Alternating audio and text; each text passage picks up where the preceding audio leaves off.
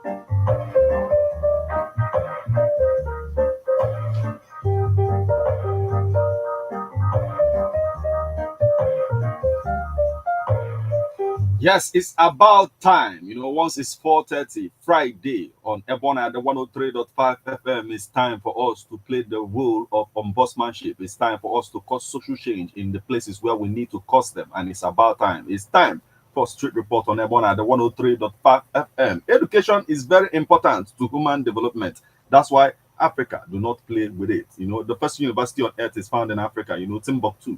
That's how important education is to Africa. The reason why there are, the reason why you have third world, and the developed ones, the third world countries and the developed countries are this is education. The difference between the third world country and the developed countries is just education. Good evening and welcome to another wonderful spirit knowledge filled edition of Street Report on Ebona at the 103.5 FM. I am Martin Ifan Shuku Ekeze. As I number the post, the one that I call metal.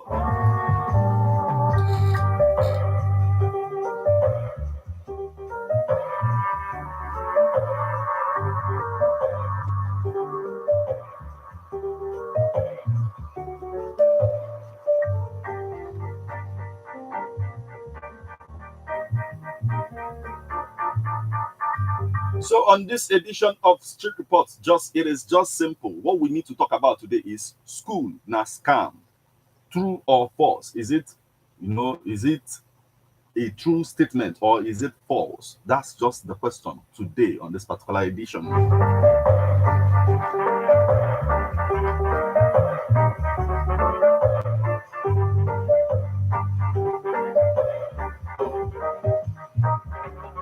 Most times you get to see, a lot of educated see from that particular place and offer that same honor here ahead. A full the difference at the end of the day. If not education, now sharp on life the way you would super CD on a very good day.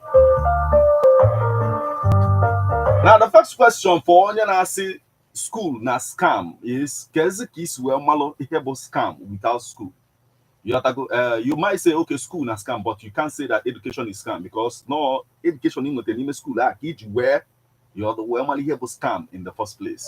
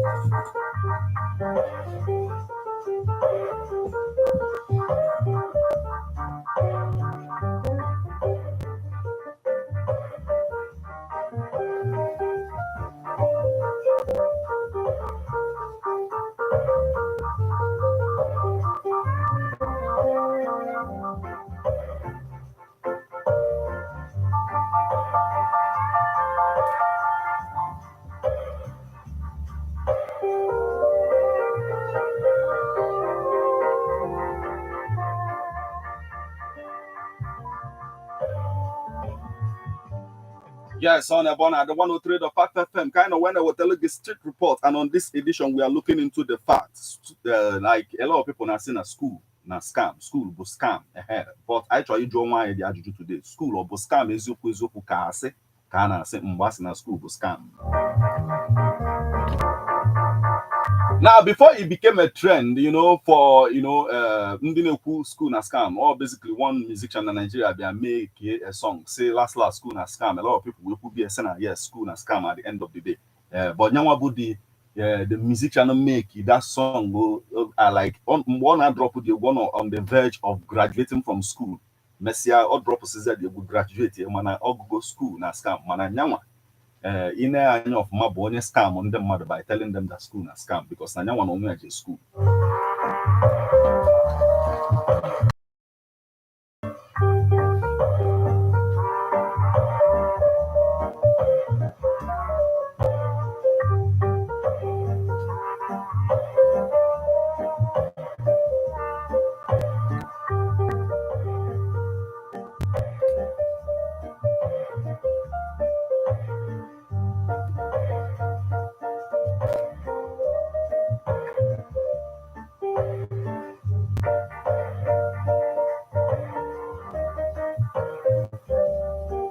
So upon us saying our school go scam on a very good day.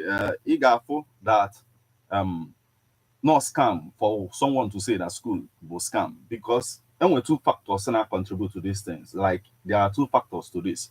The first factor, you have to go in Kaina Southeast, the one nearly meets education na Southeast, and then the second factor, the first factor we go do a boy system of Ndibo.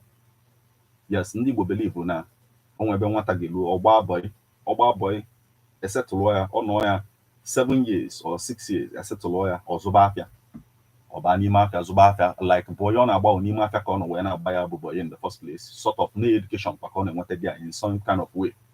But this education now and a lot of things to it the theoretical aspect, not just mostly practical, and the theoretical aspect and even to a lot of things that they involve, like okay, you might letter, a lot of things mother get pick when at school, no, or man pick but that's the system. You just succeed. Yabo, ebo na eje la se ni ebo na eje ni Igbo no eba na develop ya ina anya obala se ebo na eba kwa iga fun Igbo no eba. O man through the system of Igbo boy ka eji wee kpọrọ mmadụ kpọrọ ya pụọ train sie near a particular amount now we bido his own business mebezia otu aka Igbo si wee gbasasị everywhere, and that's the thing. Advantage to the Igbo people, but at the end of the day nke ọzọzi the other theoretical aspect enwetezi n'ime afia kezi fa ga-eme maka ya.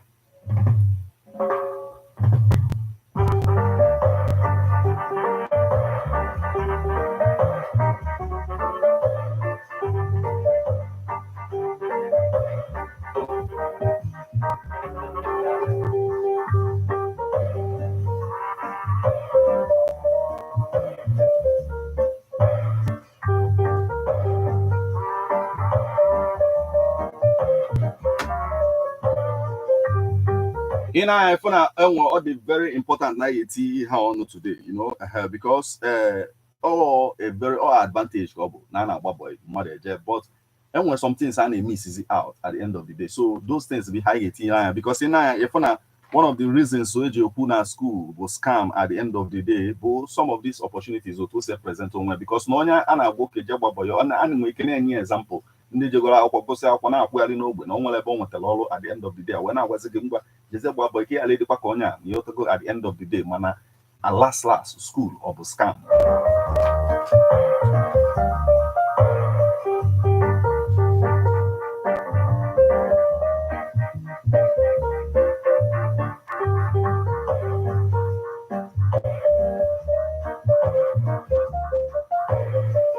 Mana abatakwa n'ime ife ịgbapọ ya ha na-enyere anya when we come into that and research properly, we'll get to see that a lot of people didn't get settled as promised.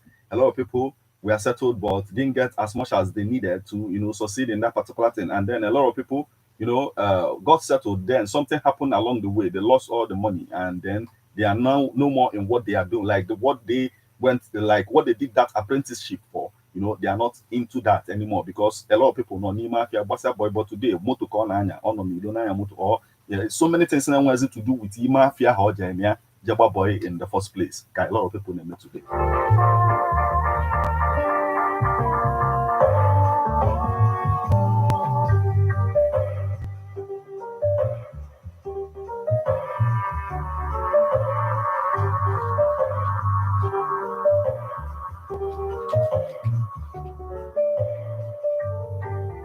Now, all them Banaiga Jonwaya Jojona, this system of Igbo boy on a help by, back in the days, Igbo people were very good in education, in the days of Chinua Achebe, because he was some of the books Chinua Achebe there, he can know, some of who has when I compete back in the days, the Yoruba people were the first people to get that education, and then he now came down to the southeast, and when he came down to the southeast, a lot of people from the southeast began to do so well, and then have a competition, daily the Western people at the same time. Now, but if we look at it today, when there was so much competition, when communities will make sure that now only the communities came together. When people guy defend the community when the time comes.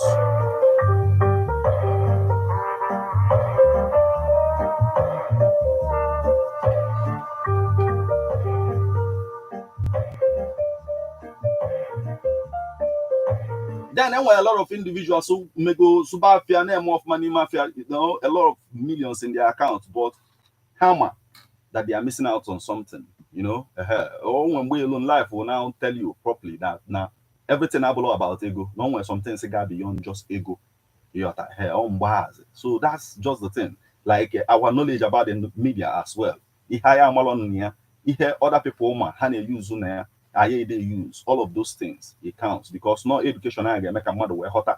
Now media the important at the end of the day. So a lot of things to talk about, and we will venture into the second factor, in a jiffy.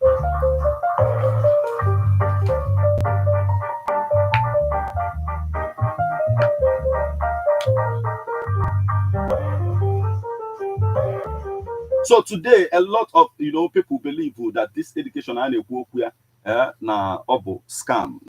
Younger ones like today believe now here no school they waste the time and not come on obuzo. You say that on a boy mafia or maybe na at the end of the day, a lot of things they involved. Yeah, for people no one else in mafia. At the end of the day, but was they at the end of because then was they powerful from mafia one in the first place.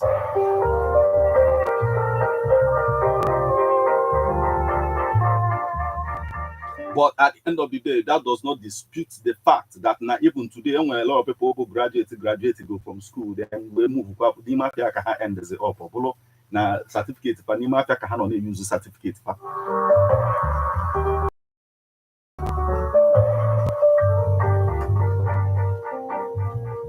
one thing I want to make clear is the fact that when you're gonna believe that school will scam is already a victim of scam because Keki is a malleable scam, if not for school.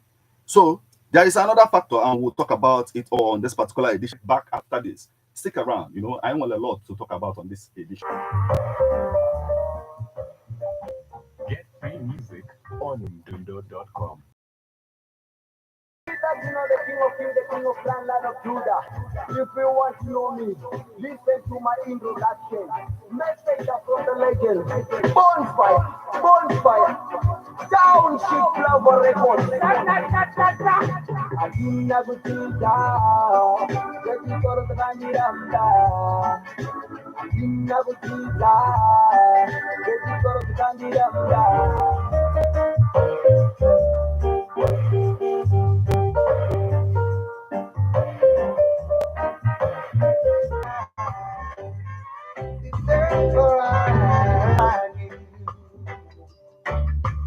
Open up my eyes, to my surprise, you are here.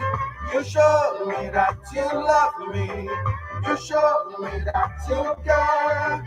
I know that I needed you. You say you'd always be here for us. To ups and always be there. That's the and what you say is true.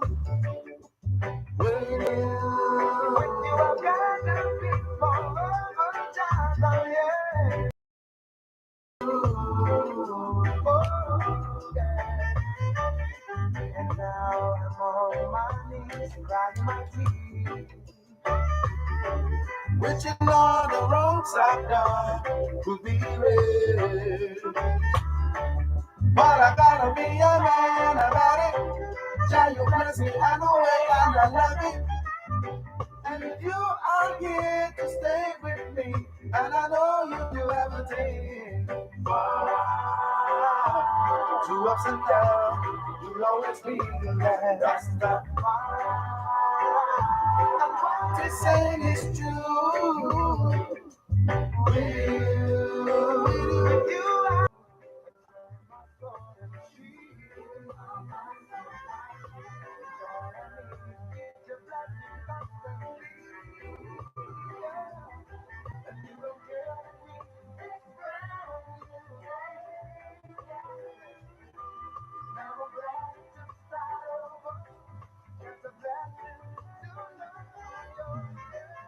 Yes, if we get the chance to start all over again, are we going to encourage a lot of people to make moves, move into the market just the way we are doing it today, basically? Because here in the market today, we're all about education.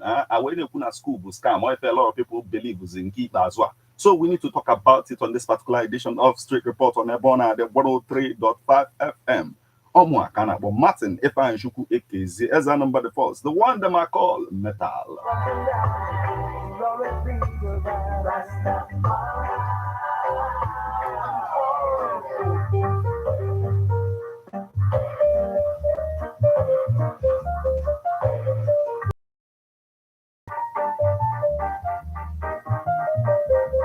So the Generation Z believes that education is scam, school is scam. To first we believe we're the ones in school, even the ones in school believe that school is scam, but they are still in school, but I feel like any who do down, then some other things for procedure at the time, So apart from that, Eba boy system of the Igbo people being a particular factor, it is already a trend, that school now scam kind of trend on a very good day.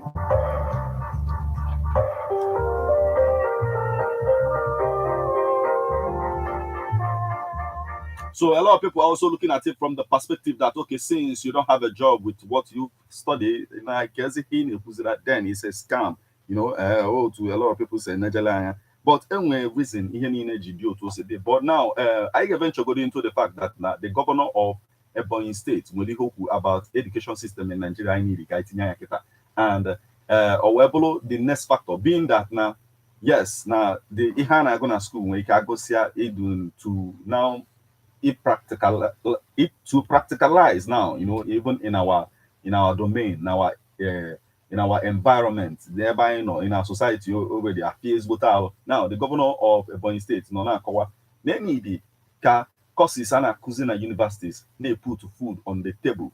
Or if only no just na onya amala or na so you at the end of the day. Mano ihe ahụ go na put ka ozugbo na abia ka enwe ka o si wele na generate ife.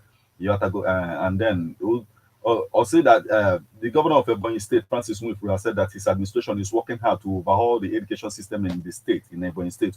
He maintained that the country's universities and other higher institutions of learning should offer courses that are capable of putting food on the tables of graduates and make them self-reliant. The governor stated this during interview with newsmen, saying the society was no longer comfortable with graduates who could not fend for themselves because they were unskilled. He said, we are overhauling education in Ebonyi State. Now, back to that, a lot of people that yes, no scam in the sense that in the first place. This particular edition of Street Report on Ebona, the 103.5 FM.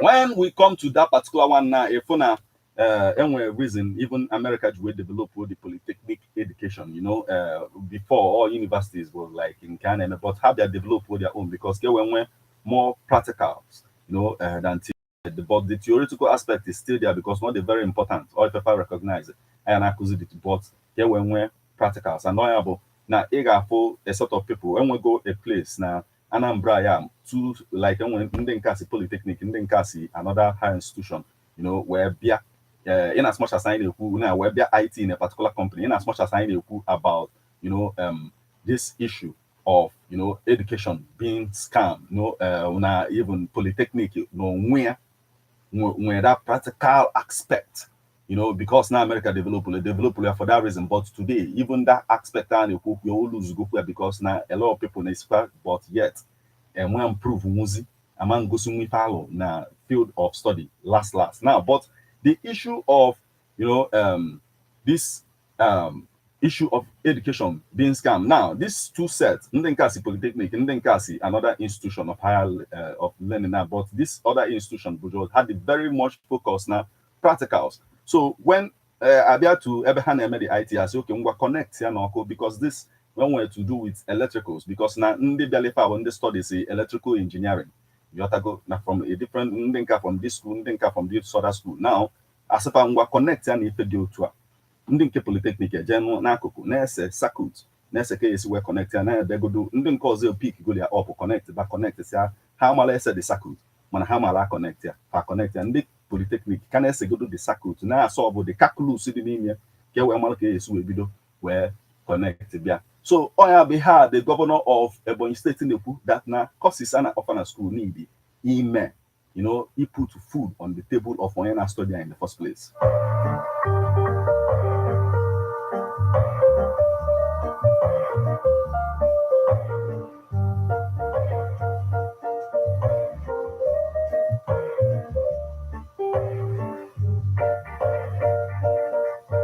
Now, it is strict report, and what we do here is to play that role of ombudsmanship. So we'll now bring the people and the government together in this one now, because now the federal government, as the federal government vows to demystify false narrative via employment of educated youths. We will silence school is scam promoters with jobs. Okay, minister, all we silence a lot of people who that school will scam. Now, this is how he said it. He said the Minister of Education, the Minister of State for Education, Yusuf Sununu, has said the renewed hope agenda of the Bola Tinubu administration will put an end to the false narrative among some Nigerian youths that school is a scam. This, he said, will ensure that graduates are gainfully employed rather than become objects of mockery on account of being jobless. Speaking at the National Stakeholders Workshop on the development of the roadmap for the Nigerian education sector 2023 to 2027 in Abuja Thursday, Sununu posted that the only way to shut down promoters of the ideology is when youth who go through formal education are employed. He lamented that the recognition of the importance of the education sector is yet to translate to tangible results that show that an educated person stands a better chance of living a fulfilled life. This is Otuosi Wede. All of these things I know see this mama boyo my ego combine a pure front. You have to go because yes, practicals can go more of practicals, everything marketing now, you know, practice use boost. But there's something about marketing. If you get to study people who go marketing to an extent, people like Brian Tracy, Brian Tracy about marketing. If you have a different approach, if you have since market customer come, I get them. Customer come, I get them. Name since. Then well, other approach he can use. God better than customer come, I get them. So education may play bigger role. Kedu ihe nwe ikwu n'ihe niile anyị na-akpa maka ya na mgbede ọ dị very important na anyị ga-etinye ọnụ na nke a because kedu ka o si dị eziokwu na education or school bụ scam ka ha si wee kwuo ya bụ ife. Right about now, you can join us on Facebook. Okay, we're part of this conversation. We know we need to hear from you. Join us on Facebook at Ebona at the 103.5 FM. Drop your comments on the comment section of the live video right there, and then you become part of the conversation. You can equally send SMS or WhatsApp messages on 080-96661035. Now you can also call us on 070-3445-9334 or 070-45-592210. Let's hear from you now.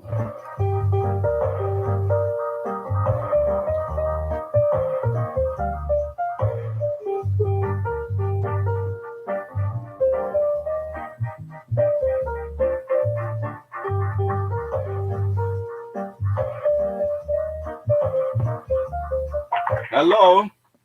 Hello, good evening. Good evening, my brother. I can only something go. I know. I'm fucking a visa by It's fine from Ogidi. Okay, Gabani refine. One, education is so important. Yes. I'm going to into business, education, because now when I'm not a brand education, like what they find in Nigeria, you're not going to power or just for put up a certificate on yours. Manopul on your galao, if I go to a business, on your yaki, cover your business up. Business, you move faster. Mana neya in energy now. This issue of a boy on a limit our people you want education or to a on a very good day. Bro, on your boy, you can watch your boy. I want to take the modern normal. Okay. Unless monotoro. Nande modern Japan boy will panic about the condition of the family. Okay. Because now before Nande mother take a boy.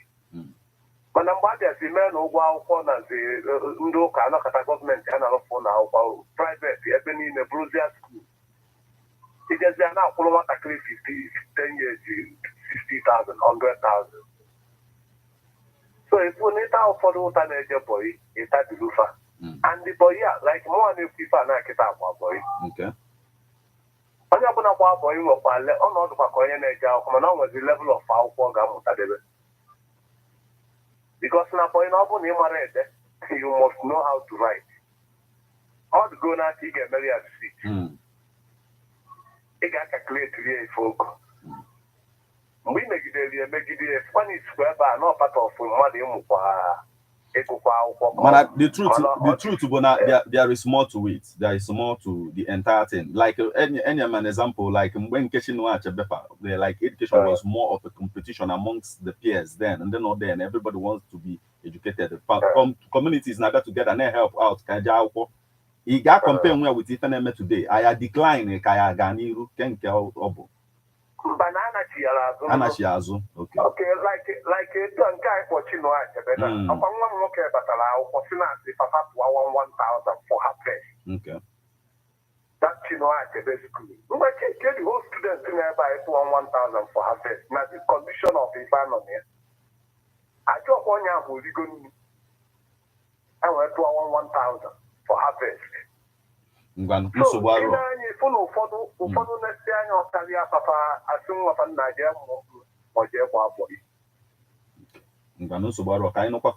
thank you so much for joining us this evening, my brother Dalo. Yes, I had the opportunity when I can, the governor of Anambra State, Professor Chukuma Charles Soludo, for his initiative in education. He make our education polo free and compulsory from nursery to JSS 3. You have to go ahead, but more is also needed. I am like the very important. I got about this thing. Education, or like school, na scam, school, or scam, case I am all the of the conversation remains 07034 459334 or 07045592210. Nah, with Ihemelo in the days of Chinua Achebe, or to pass where go out to a lot of people who were interested in go out for them, and communities now sponsor can do Ayaganiru when it comes to education. Kaya Nachiazo, as Ndibo, as Southeasterners in Nigeria, Kedo Ayaganiru Kaya Nachiazo in education. No, I have a vision now, you can say.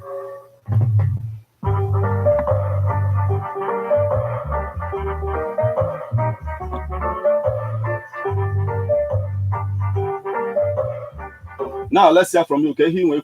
hello. Yes, good evening. Yeah, good evening. Now, this is from Omonia. Okay, Biko Gabaniru. One day we'll go in a work. Okay. You can go. This was went for education. Malawana. Okay. Yes. Because this time I went just money. Senior at the paper during their days. And they were support. Okay. And they were state support. People around people working on the now for Kenya, I don't really get Maguta. atụle out onye ji na-eme pọskịta e nwere lot of people go set up schools ya agwa ọbịa nwere isi akwụkwọ mana nwere ga-enyere aka ọbụbụ onye ọbụla chọzi ego ebugeda. Okay, Dalo, my brother. Thank you so much for joining us this evening. Dalo. Yes, once again, 07034459045592210. If I can make it with those, you have to go now or decline. It's no decline, but I why feel you have to go because hello then you look at them, they are his contemporaries. A lot of people, Christopher Kibo, a lot of intelligent people not said then. Can we compare that to today? So if I na school but scam ezoku ka say let's hear from you this evening. Can you hear me now?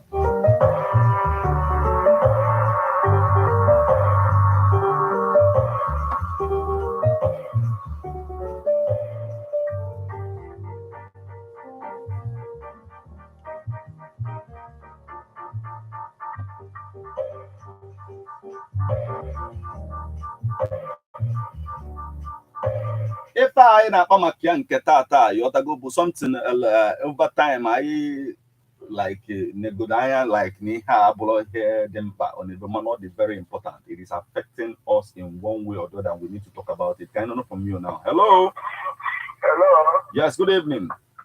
Thank you. The second stanza all the same speaking. Welcome back. Yes. Some schools will scam. Okay. In what kind of way? Because if you watch them, I say that I could from year to year, a student still on at school, I'm allowed to write ABCD. And it's been promoted. Okay. That's from primary school to primary 3. From private schools, government schools. I don't know what they're doing. The important what I can say, ABCD. I want them where. They don't have a I want them where. Then people will continue paying. And then some people will open school. You see that no school can pay. You see about one place they close where people don't matter. What they have Amoka. But over those days, even the guys were no. And then in my own time, when I was in primary school, my teacher accused me, and I started writing from primary 2. So one okay, that's my brother. But the thing is, can if I make it with those now? But the governor of Anambra State offer go free and compulsory education, from nursery to JSS 3. Nkago do. Keko yesu we those now and keke yesu we actualize the quality of education. Thank you so much. Education. Yes. And from this primary to class 3, just 3. Yes, nursery too. So, just 3 to go when I can ground from the childhood. Okay. They were interest for education until we took that. So now can the parents figure now? Oh, they must see when they get you a problem. People will now be educated when Usheba. School, all back school. Okay. Wasn't now we're going to get mobile. Teachers on our school. But the only back up you went to the I'm on the governor on it, but I think there now, you got education. I get that. I make your request, the governor will listen to them. Provided the governor may want that quality out from them. Okay. So if you don't whatever need is enough, you wait at time. So I know what to do. Now what seminar or workshop on their own head. Okay. How to handle the students. Was that always to put that? I believe that now when mother is to put that, or you're gonna I go get to here. Okay. Dalo, thank you so much for joining us this evening, my brother. Dalo. Yes, I want to tell a message on our Facebook portal from Udeuku Kensiri, and he says school is not scam because once you have a little education, you can do well in a business or anything you are into. Some of them, if you remove voice notes from WhatsApp, some of them can't type or write anything. And Igba boy is always an education because you will be under someone who will teach you what is this and that. Okay, thank you. And he says he's reaching us from Ibuza. in Delta State from you now. Can you hear me? Hello.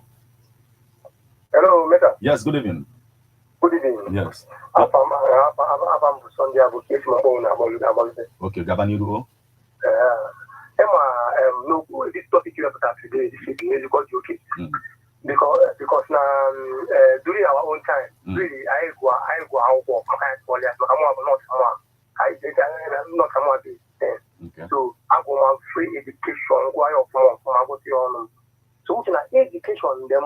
But for example, now what even our governor on free education, correct? Thank you. What you said that now. When I said now, governor on free education, which now I want the I want all place to go. I want you to put our children in the school. Makana constitution is educated in Nigeria. Mana many schools get many primary schools get free education. Okay, the private sector, yeah, government they go. Government school can buy now. Okay, government school. Government school now. Put my children are among and I go to school for that. Okay, school in a book yeah. And the community school, central school. So where MSaka Kaiti in Kahanya with ihe anyị na-ekwugodu today gbastalụ, school being scam at the end of the day. No, I understand where you're going. Okay. So which now all education back. Okay. Yes, because we are unable to go to school in the East. During the China period, China really it started from East, wherever globally. Yes. The talent, even our old men things. But the part is talented. My parents now all standards book about that now. They can read, write, even on your guys from my other side to speaking. If you go now, so no, I want to just hang with the education back. For now. So you feel in a boy na affect to put even our education as in the southeasterners. Basically, boy on our affect because one, either in terms of enlightenment. You cannot compare because boy, if you don't know how to read and write, but other in standard of speaking, it's so far. Okay. Yes, in our side, in the eastern side now. Okay. I know in terms of speaking. Not for what they did is reading now. If I other things. Okay. So I find about so which now all affect seriously. Can if I will encourage education more amongst us as Indigo? Okay. If I make it like I encourage you. I will encourage you and when we're more. Yes.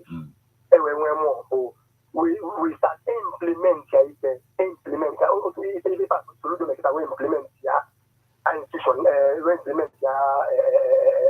education now. I want to see all of the government yourself. If you can implement it's default. Thank you. Enforcing it.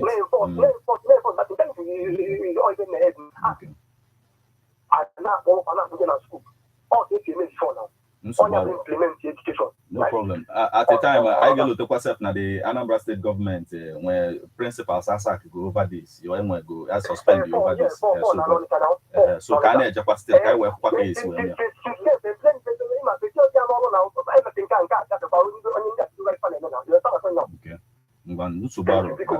okay. Thank you so much for joining us. Okay. Thank you. Yes, once again, number say boy we're part of this conversation 07034459334 or 07045592210. I'm with a message on our WhatsApp portal from the youngest Frayo from Unkwere Izunaka, and he says, for me, school is not scam. He says, please, some schools are still collecting school fees or should we'll get into that. Well, let's hear from you now. Hello. Move away from your radio set, please. Have you done that? Okay, when you go to radio, the guy will put base on and what?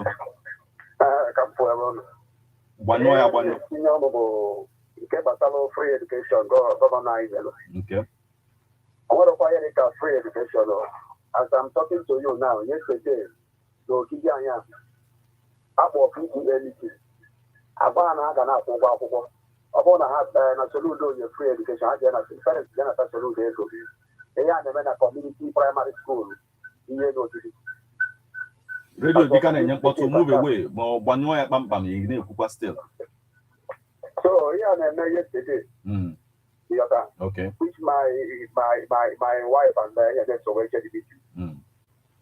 I get it to that one. Malachi is already. You know, governor of Anambra State in the Megodo Bastalan already. I am no scores on Mana. Yeah, when it comes to high about today, na school or scam, non potank or scam. School scam. Okay. Mana, I want to compare. Ndị na-azụ ahịa na ndị gụrụ akwụkwọ. Ịgbapụ ije bọyị o mere affect agụmakwụkwọ ụmụ anyị seriously kama na ihe so na-eme ihe bụ na anyị bụ Igbo na-eso eme ọnwa anyị ndị parents ekwetego na anyị kpọpụta ụmụ ha ka aga akwụkwọ ka ihe ga-emezi na ndị bụkwa ndị Igbo anwa bụ ndị na-akụzi na skuul anwa ga-esikwazi n'okpuru na-anakwalata ụgwọ akwụkwọ ebe m na-emetụ aka by then ọ ga-emekwa some parents na-ekwetụnyekwa pure water bụ nyebekwa ụmụ ha oge ebe m na-aga nọọ ntụnye nke m bụ ọ bụrụ na gọọmenti uwe ihe ka enwee ike tinye ndị ga na-emeta ihe ahụ ha pụrụ anya ma na-enye ya otu ahụ ha si wee debeda iwu ọ ga-enyere anyị aka. Thank you so much for joining us this evening. Yes, let's hear from you. Kedu ihe nwere kwuru ihe niile na-akpa maka ya na mgbede a? Hello. Oh, please call back 07034459334 or 07045592210. One of the things I know Nigeria we follow Igbo boy ndị Igbo on a limit anyị from education as Igbo people. Let's hear from you now. Hello. Hello. Yes, good evening. Good evening. Yes, after this move away from your radio set. Okay. You want to go to the radio? Okay. School have okay. Because the school have no input, you may apply that. Yes. Another thing, on our decade, no more guy, as was it well for even in that sense, not too much. It's our on the investing, a master degree holder. Already teaching the one way. Only know that this is now supposed to do the naga. And then, I think when on the now, I'm out of the ground, but you know, I'm kind of when I didn't kind of ground where there's a all these things may one factor, and I want education also. And I just also they do take or when I actually will when I get to schools. Now I don't want that on when we are able, or when we are done with the teaching and the teaching and that. Often now, government school can have a free teacher. Okay. Thank you so much for joining us this evening. Now, yes, Onyibo Osita is joining us on Facebook and he says, my brother's school is not scam, but what we are seeing now, it seems to be scam. And then the youngest Frayo again, for me, school is not scam. Thank you so much for joining us on Facebook. And then we got this message on our WhatsApp portal that says, schooling in Nigeria is a big scam and waste of time because of people that claim they went to university. When they finally get a job, maybe in the bank, you will see how they don't know how to operate computer and banking teaching them. Okay, let's see. We'll get to your message properly now, but let's hear from this person. Hello. Yes, good evening. Good evening.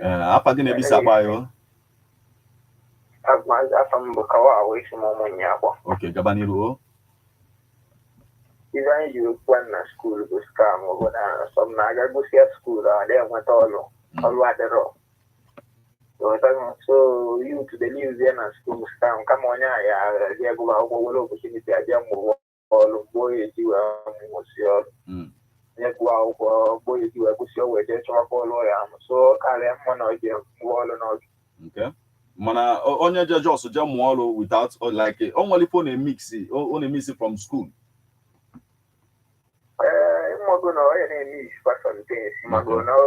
Intentionally, no, Nigeria, even Nigeria, okay. For any intentionally, no,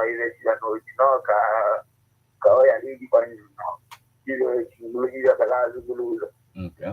Okay. Now, if a governor of the Ebonyi State na Kowa, no one is we do this in a school like you have to go ahead and you yabu of like any in the sense that now mmadụ nwere ike gụọ efe ihe ọ na-agụ already a na-akụzi enye ya otu esi na-eme ike ego from even otu ihe ahụ ọ na-eme already ọ na-put food to his table ka ya esi actualize it far around us.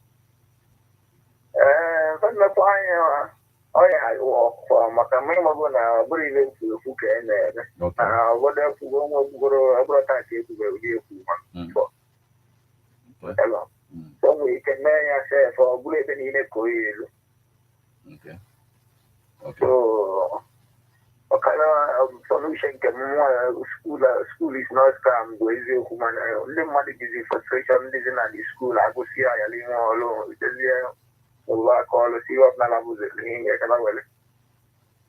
Okay. But you believe na ihe gbasara ịgba boy na limit anyị as Igbo people inweta more education. No, they are limit. Thank you so much for joining us this evening. Hello, my brother. Yes, still on the message we got on WhatsApp, we got this message that says schooling in Nigeria is a big scam and waste of time because people that claim they went to university, when they finally get a job, maybe in the bank, you will see you will still teach them how to operate computer and bank teaching them what they claim they studied in school. School is a scam in Nigeria because there is no job after schooling. Thank you so much for joining us this evening. But a lot of people, will also disagree with that in the sense that now, school,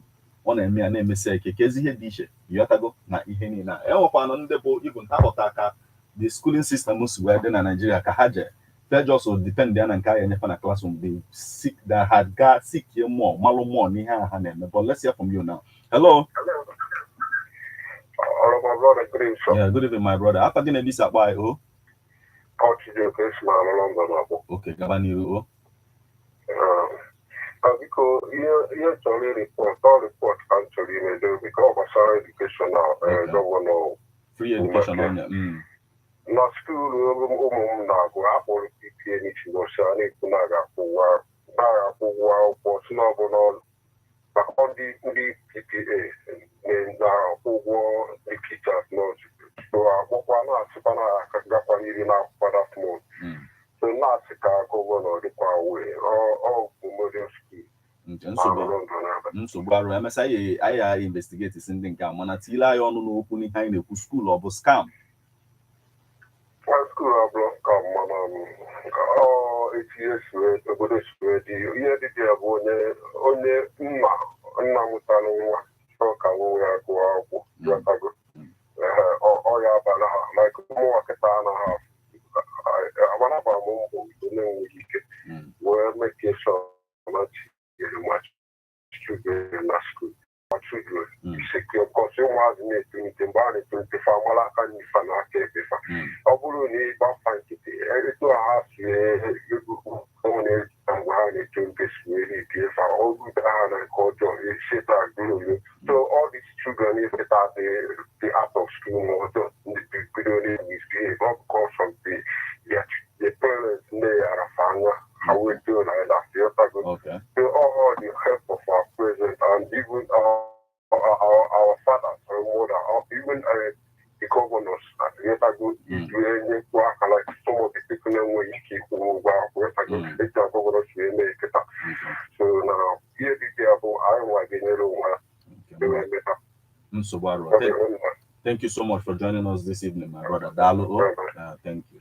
Yes, on the FM kind of when I will tell the street reports, in today, school or scam, a lot of people's way. Believe let's hear from you now. Hello.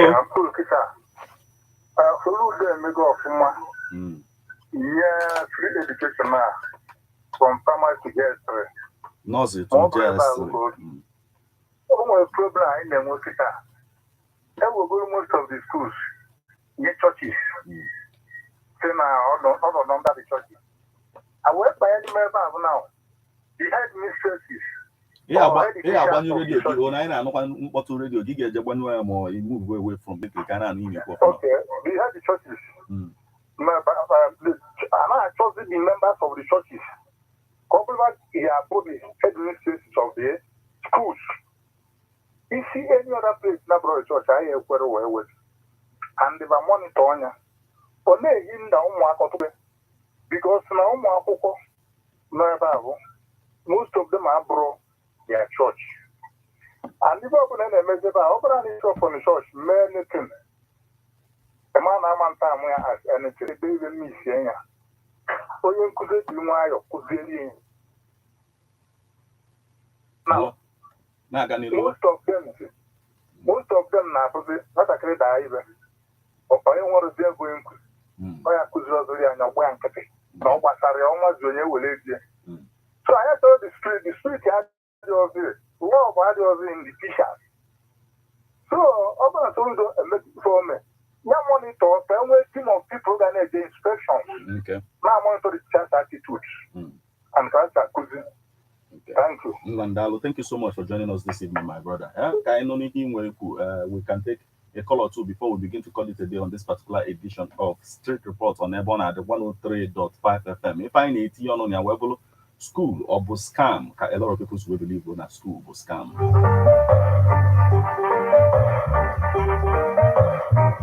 07034459334 or 07045592210.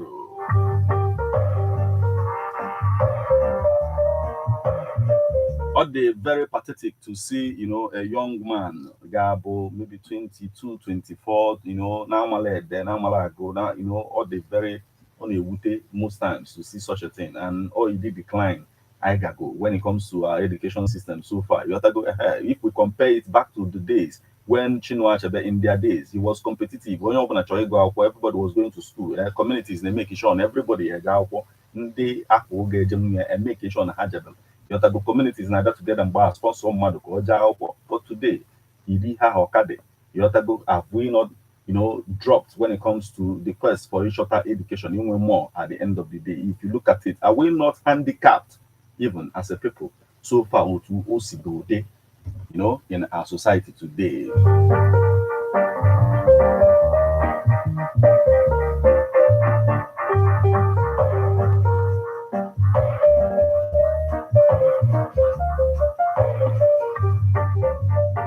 A lot of people accepted the fact that like a lot of people accepted the fact that school are about scam because it's popular. Yeah, scam mobile school. You go before you cannot say yes, you to about scam or school hard.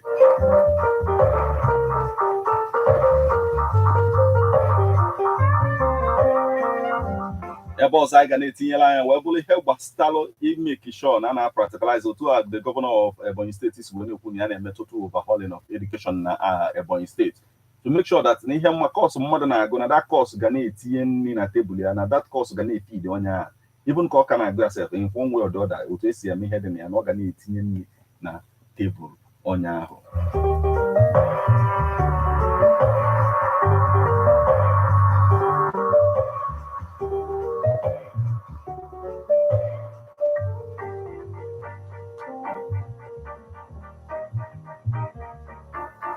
IT equal anya n'ihe gbasara ịgba boy otu o si affect education na our society. A lot of people believe yes na school go scam.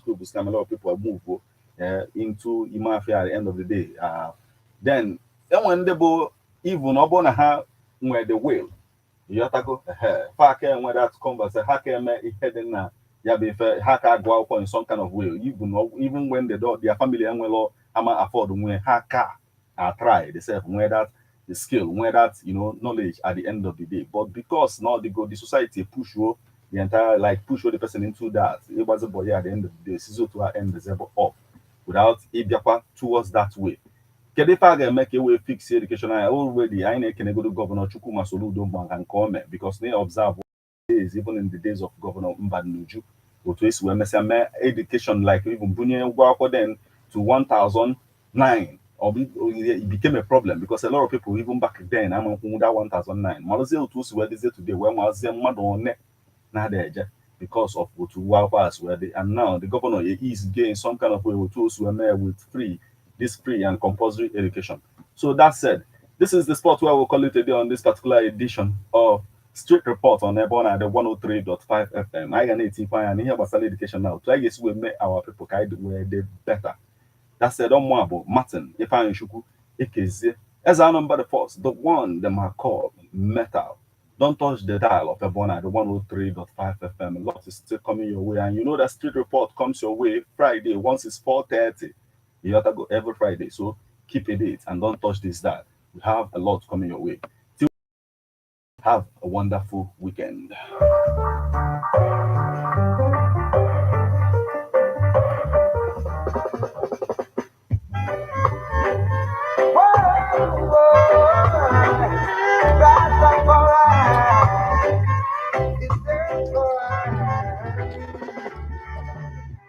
Many days and nights to find you. Open up my eyes. To my surprise, you are here. You showed me that you love me. You showed me that you care. I don't think I needed you. You say you'll always be here for us. Through ups and downs, you always been there. I stop. Okay, thank you guys. Like, subscribe, and share, right? Thank you. Radio.